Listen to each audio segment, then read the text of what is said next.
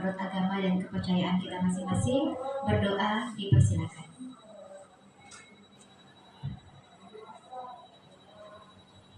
Berdoa selesai. Kita lanjutkan. Saya serahkan kepada Bu Dina untuk memberikan diseminasi pemahaman dan penerapan pemahaman budaya positif kepada rekan sejawat. Kepada Bu Dina kami persilakan. Selamat siang Bapak Ibu semua. Jadi saya di kesempatan hari ini ingin berbagi tentang budaya positif yang menurut saya sangat perlu kita terapkan di lingkungan sekolah kita. Jadi di sini saya akan menyebarkan pemahaman dan bagaimana menerapkan budaya positif di lingkungan sekolah kita SMA Negeri 7 Pontianak. Dan ini juga menjadi bagian tugas kami calon guru penggerak angkatan 11.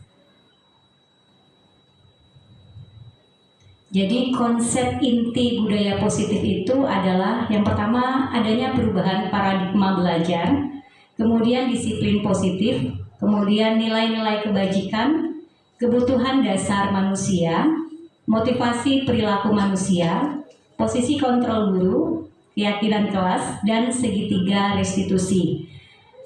Oke, yang pertama adalah perubahan paradigma.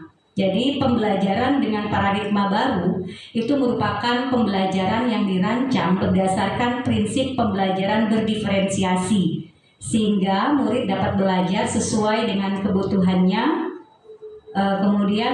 Sehingga dengan adanya pembelajaran diferensiasi ini terwujud profil pelajar Pancasila.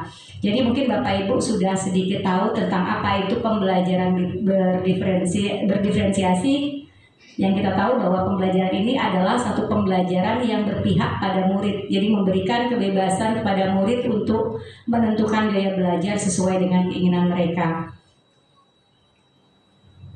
Nah, ada kesalahpahaman terhadap teori kontrol untuk pembelajaran kita. Yang pertama adalah ilusi guru dapat mengontrol murid. Yang kedua adanya ilusi bahwa guru memberikan hukuman yang berlebihan. Yang ketiga, ilusi bahwa semua penguatan positif itu baik.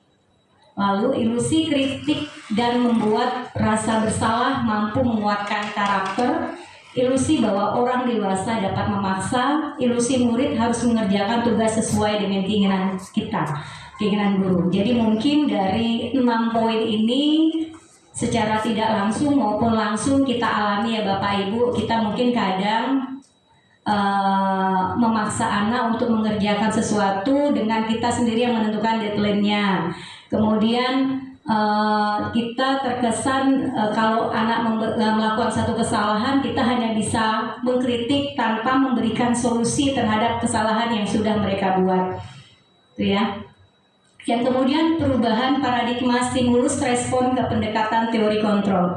Stimulus respon dan teori kontrol, yang pertama realitas kebutuhan kita sama. Kemudian realitas kita itu ternyata berbeda. Semua orang bisa melihat hal yang sama, tapi ternyata setiap orang itu memiliki gambaran yang berbeda.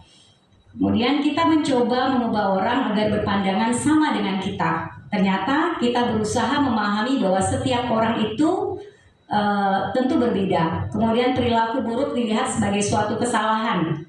Semua perilaku itu pasti memiliki tujuan.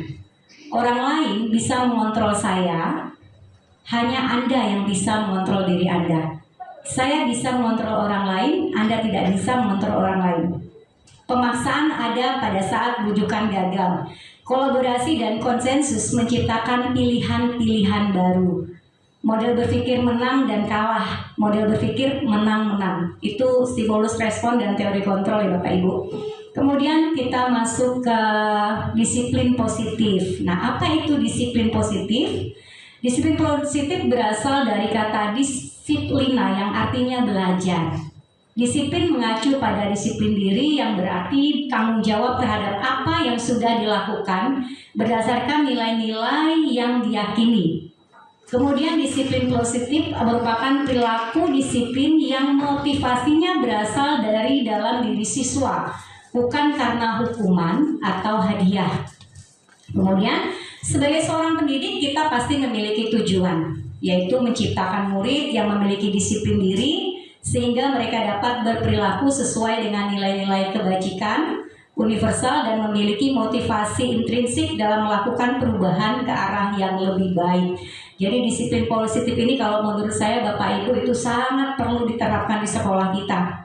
Mengingat mungkin kita secara tidak langsung suka istilahnya sering menerapkan satu pembelajaran atau kebijakan-kebijakan yang cenderung menguntungkan diri kita sendiri tanpa melihat apa sih yang anak-anak kita mau. Tentu kita harus pada dasarnya seorang guru harus bisa mendengarkan keinginan-keinginan anak-anak kita. Oke? Selanjutnya nilai-nilai kebajikan. Nah, apa itu nilai kebajikan? Nilai kebajikan itu adalah nilai yang telah disepakati bersama. Kita bisa mengacu pada profil pelajar Pancasila, yaitu beriman, bertakwa kepada Tuhan Yang Maha Esa, kemudian berakhlak mulia, berkebinekaan global, gotong royong, mandiri, kreatif, dan bernalar kritis. Kemudian di dalam nilai kebajikan ada Ibu Primary School, yaitu adanya toleransi, rasa hormat, mandiri, menghargai, antusias, empati, rasa keingintahuan, kreativitas, empati, kerjasama, percaya diri, dan komitmen. Kemudian keterampilan hidup yaitu dapat dipercaya, lurus hati, pendengar yang baik, tidak merendahkan orang lain, dan dapat memberikan yang terbaik bagi dirinya. Ini nilai-nilai kebajikan yang mungkin perlu kita tanamkan kepada murid-murid kita di sekolah. Nah, apa sih yang menjadi kebutuhan dasar manusia? Jadi kebutuhan dasar manusia itu adalah segala sesuatu yang kita lakukan agar mendapatkan apa yang kita inginkan. Seluruh tindakan yang kita lakukan pasti memiliki tujuan tertentu dan semua usaha terbaik yang kita lakukan adalah dalam rangka kebutuhan dasar kita terpenuhi dengan baik. Nah, apa itu 5 kebutuhan dasar kita? Yang pertama adalah bertahan hidup. Setiap manusia pasti ingin bertahan hidup. Caranya bagaimana? Pasti dengan makan, kemudian pakaian, tempat tinggal, keamanan dan kesehatan. Kemudian mendapatkan kasih sayang dan rasa diterima. Rasa diterima, dipedulikan, berbagi, kerjasama, menjadi bagian dalam kelompok. Kemudian adanya kebebasan. Mandiri, memiliki pilihan, mencoba hal baru, mampu mengendalikan diri, mengendalikan arah dirinya. Kemudian penguasaan, lebih pada harga diri, keinginan untuk dianggap, memimpin, berprestasi, diakui dan didengar. Kemudian kesenangan, bermain, antusiasme, humoris dan tertawa. Jadi ini Bapak Ibu 5 kebutuhan dasar manusia yang mungkin kita harus tahu bahwa inilah anak-anak kita itu membutuhkan ini sebenarnya. Mereka membutuhkan kasih sayang dari kita sebagai orang guru. Kemudian ketika mereka melakukan satu kesalahan, mungkin ada hal-hal yang menyebabkan mereka melakukan tindakan seperti itu. Misalnya adanya ingin dipandang, itu penguasaan, kesenangan, dan adanya kebebasan. Nah, motivasi perilaku manusia itu ada 2. Ada motivasi ekstrinsik dan motivasi intrinsik. Yang ekstrinsik itu adalah menghindari ketidaknyamanan karena hukuman. Jadi anak-anak itu melakukan tindakan-tindakan, misalnya dia berusaha untuk tidak terlambat, itu karena hanya sekedar untuk menghindari ketidaknyamanan atau hukuman. Kemudian mereka tidak terlambat karena ingin mendapatkan imbalan atau penghargaan dari orang lain. Ini yang disebut sebagai motivasi ekstrinsik. Nah, acuan kita sebenarnya pada motivasi intrinsik, yaitu bagaimana seorang anak itu bisa menjadi orang yang mereka inginkan dan bisa menghargai diri sendiri dengan nilai-nilai yang mereka percaya. Jadi motivasi intrinsik inilah yang perlu kita terapkan kepada anak-anak kita. Jadi tidak datang terlambat bukan karena takut pada hukuman, tapi itu merupakan tanggung jawab mereka. Oke, selanjutnya, nah, apa itu hukuman, apa itu konsekuensi, dan apa itu restitusi? Nah, hukuman yang pertama adalah hukuman bersifat tidak terencana atau tiba-tiba. Misal anak terlambat, tidak ada di dalam aturan, tiba-tiba kita suruh mungut sampah. Kemudian mungkin kita suruh bereskan kelas. Nah, ini hukuman. Anak atau murid tidak tahu apa yang akan terjadi dan tidak dilibatkan. Hukuman bersifat satu arah dari pihak guru yang memberikan, dan murid hanya menerima suatu hukuman tanpa melalui suatu kesepakatan atau pengarahan dari pihak guru baik sebelum atau sesudahnya. Yang kedua adalah konsekuensi. Disiplin dalam bentuk konsekuensi sudah terencana atau sudah disepakati. Jadi kalau konsekuensi ini kita sudah sepakat dengan anak. Jadi untuk menumbuhkan kedisiplinan kita melakukan suatu kesepakatan. Jadi sudah direncanakan atau sudah disepakati, sudah dibahas dan disetujui oleh murid dan guru. Umumnya bentuk-bentuk konsekuensi dibuat oleh pihak guru atau sekolah. Dan murid sudah mengetahui sebelumnya bahwa konsekuensi itu akan diterima bila ada pelanggaran. Lalu yang ketiga adalah restitusi, yaitu proses menciptakan kondisi bagi murid untuk memperbaiki kesalahan. Proses kolaboratif yang mengajarkan murid untuk mencari solusi dari masalah yang mereka hadapi. Nah, ini yang dimaksud dengan restitusi. Nah, 5 posisi kontrol guru itu ada menghukum sebagai teman, pemantau, pembuat rasa bersalah, dan manajer. Nah, kita ini di posisi yang mana? Dan seharusnya kita tuh harus di posisi yang mana? Apakah sebagai penghukum, apakah sebagai teman, atau memantau, pembuat rasa bersalah, atau manajer? Nah, mungkin Bapak Ibu pernah mendengar istilah ini. Kita di posisi yang mana sebenarnya? Oke ya, kita lihat satu-satu. Yang pertama, contoh penerapan posisi kontrol guru, murid terlambat datang ke sekolah. Kalau sebagai penghukum, seorang guru itu akan berkata seperti ini, tidak mengikuti pembelajaran selama 1 jam pertama dan meringkas di luar kelas. Silakan kamu meringkas di luar kelas karena kamu tidak mengikuti pembelajaran saya, karena terlambat. Nah, ini hukuman, ini contoh hukuman. Nah, kalau pembuat rasa bersalah itu seperti apa? Berapa kali ibu bapak harus memberitahu kamu selalu saja terlambat dan mengecewakan ibu bapak? Ini membuat anak membekas dalam hatinya, ternyata dia itu melakukan tindakan yang melukai orang lain, jadi membuat dirinya bersalah. Jadi kalau kita mau ngomong sama anak tuh mesti hati-hati, ternyata ada posisi kontrol yang kita ini di posisi yang mana. Kemudian, ini sebagai teman. Ayo dong ikuti aturan sekolah. Tolong bantu ibu bapak sekali ini saja. Sudah tidak ada apa-apa, lain kali jangan sampai berbuat seperti ini lagi ya. Nah, ini adalah sebagai teman.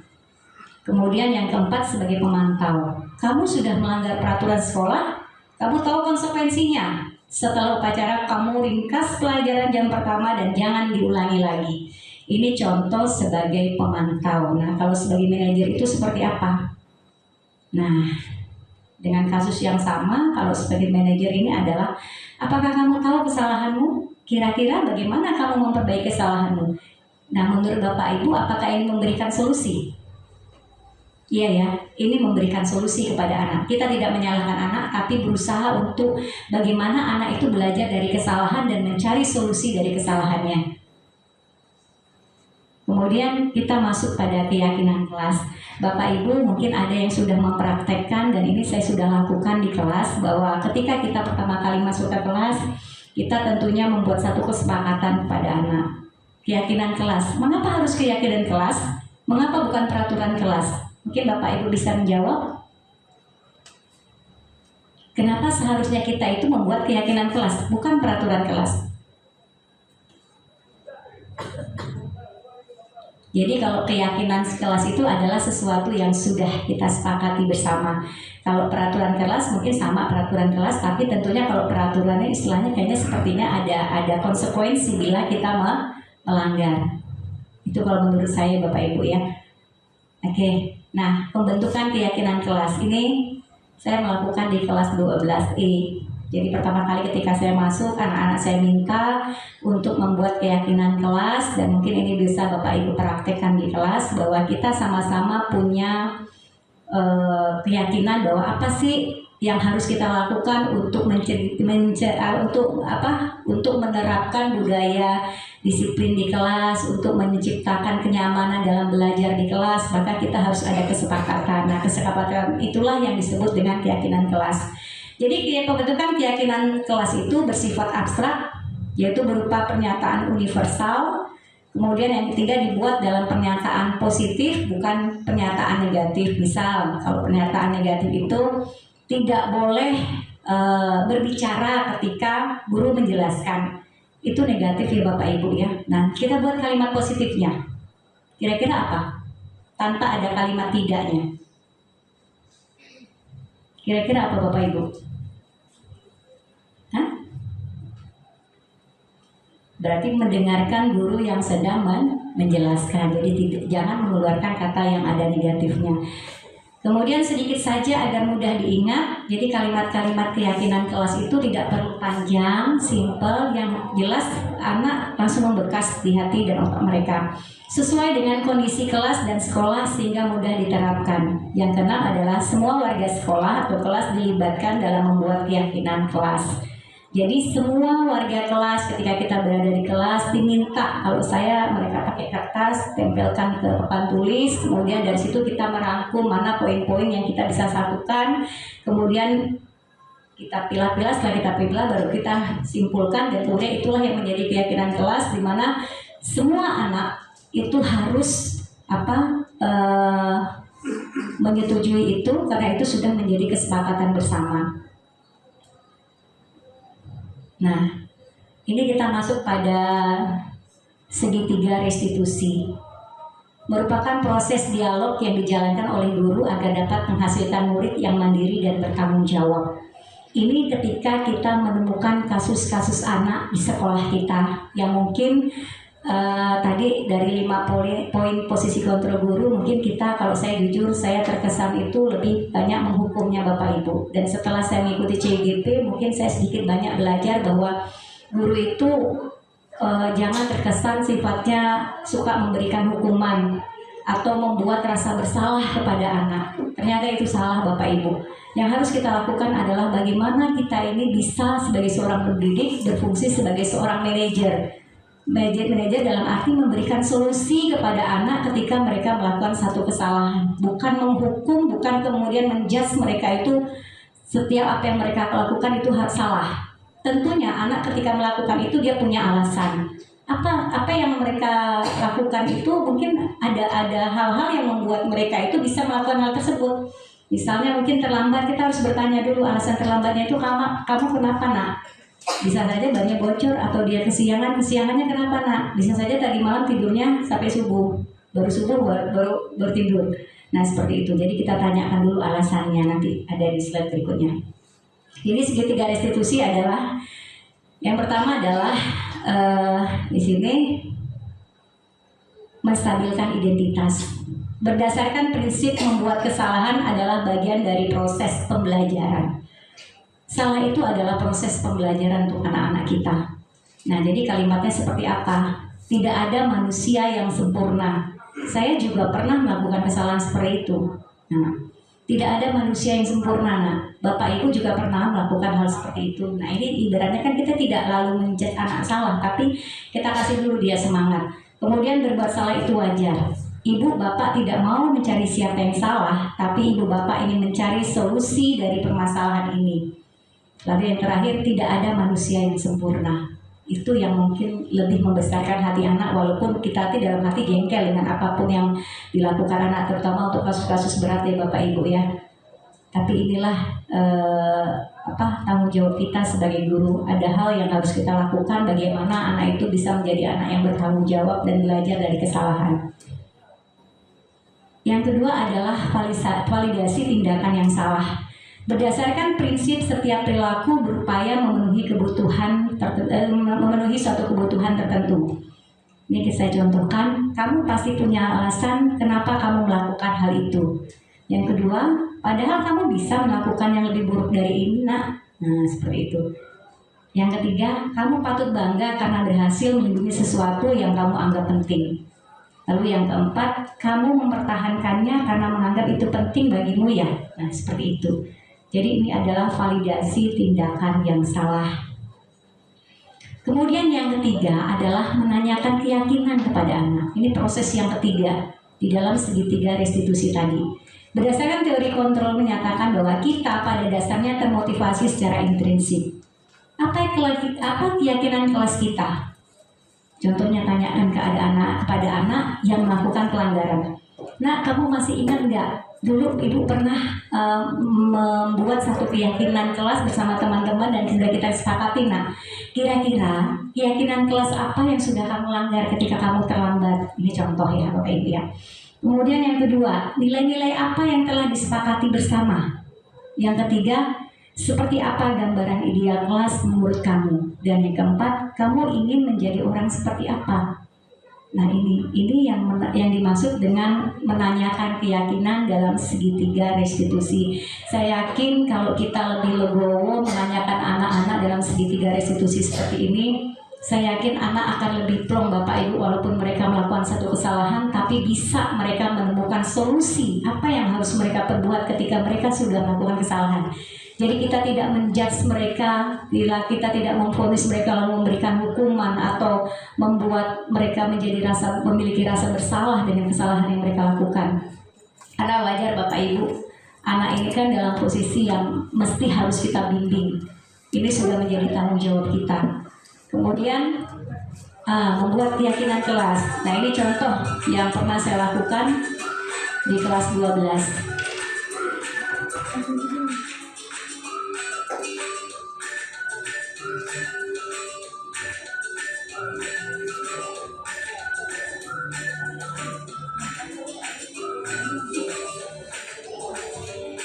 Nah ini contoh ya Bapak Ibu nih di kelas D. Jadi bersama-sama mereka, kebetulan yang itu saya nggak punya videonya, jadi saya pakai foto aja. Saya punya foto tapi nggak punya video. Jadi di kelas yang berbeda ini. Oke. Nah ini penyelesaian kasus dengan segitiga restitusi murid kelas 10G. Nah.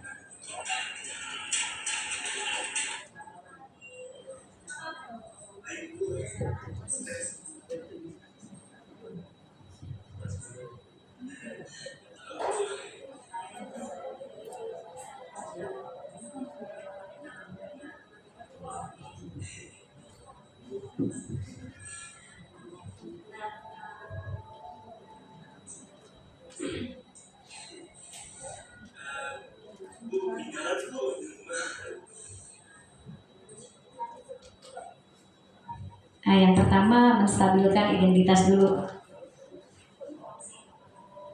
Kemudian yang kedua adalah tahap validasi tindakan yang salah.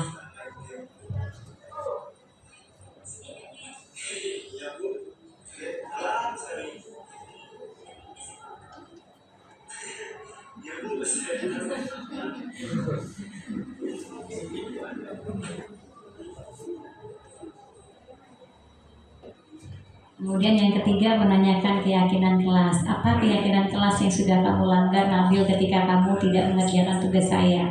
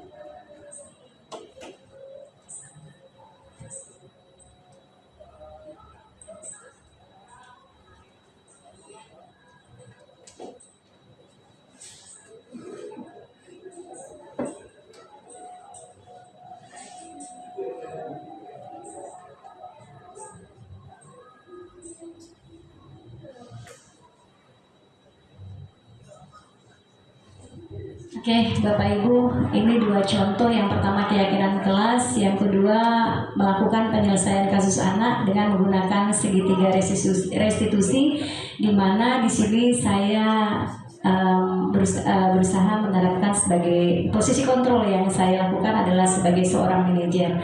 Jadi dalam mewujudkan disiplin positif di lingkungan sekolah, seorang guru hendaknya memiliki kepribadian profesional dan sosial yang baik, di mana guru mampu merefleksikan dirinya dalam posisi kontrol saat ini. Bagaimana perjalanan dirinya sebagai among atau manajer yang dapat menuntun murid menjadi insan yang mandiri, merdeka dan bertanggung jawab. Jadi di sini kita sebagai guru harus mampu menjadi seorang among, yaitu manajer, dan yang terpenting kita harus bisa menghamba pada anak. dengan memberikan pelayanan pendampingan secara maksimal. Jadi demikianlah hasil pemaparan diseminasi saya terkait budaya positif yang menurut saya perlu kita terapkan di lingkungan sekolah kita, dan mungkin ini bisa mengimbas ke Bapak Ibu semua, yang pada intinya tentu akan bisa menjadikan sekolah kita menjadi lebih baik lagi. Terima kasih, saya kembalikan kepada moderator. Terima kasih Bu Rina atas diseminasinya tentang pemahaman budaya positif. Kepada Bapak dan Ibu, dari paparan Bu Rina, ada yang ingin disampaikan? Silakan Bapak Ibu.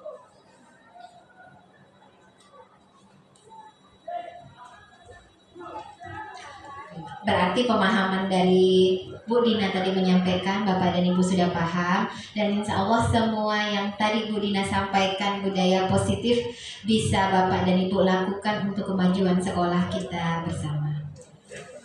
Untuk kegiatan diseminasi pemahaman tentang budaya positif kami akhiri. Assalamualaikum warahmatullahi wabarakatuh.